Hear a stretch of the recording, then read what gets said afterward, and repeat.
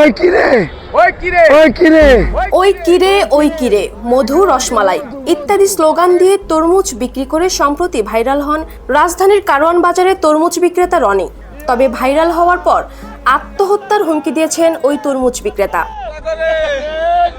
Content creator ও উৎসুক মানুষ তার দোকানের সামনে প্রতিদিন ভিড় করায় ক্রেতারা এড়িয়ে যেতে থাকেন তার দোকান। এমন পরিস্থিতিতে প্রায় 1.5 লাখ টাকার তরমুজ বিক্রি করতে না পেরে আত্মহত্যার হুমকি দিয়েছেন রনি। সম্প্রতি একজন কন্টেন্ট ক্রিয়েটর রনির ভিডিও সামাজিক যোগাযোগ মাধ্যমে শেয়ার করলে ভিডিওটি ব্যাপক সাড়া ফেলে। তবে ভাইরাল হওয়ার পর থেকেই তরমুজ বিক্রি কমে যায় রনির।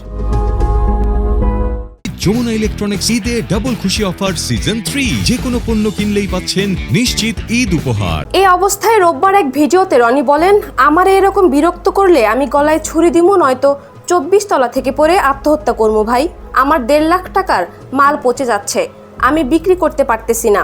আমি তো ভিডিও করার জন্য না বলি নাই, আমারে কর্ম করে খাইতে দেন। আমার 1.5 লক্ষ টাকার মাল ভাই পয়সা দিতে ভাই, আমি বিক্রি করতে পারতেছি না ভাই, আমি কিভাবে চলবো ভাই, আমার রনির এমন পরিস্থিতিতে নেটিজেনদের মধ্যে অনেকেই তার পক্ষে সোচ্চার হয়েছেন এবং কন্টেন্ট ক্রিয়েটরদের ভিডিও বানানো বন্ধ করে দেওয়ার আহ্বান জানিয়েছেন।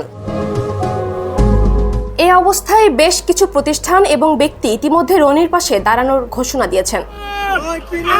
Desk report, Papia Mamun.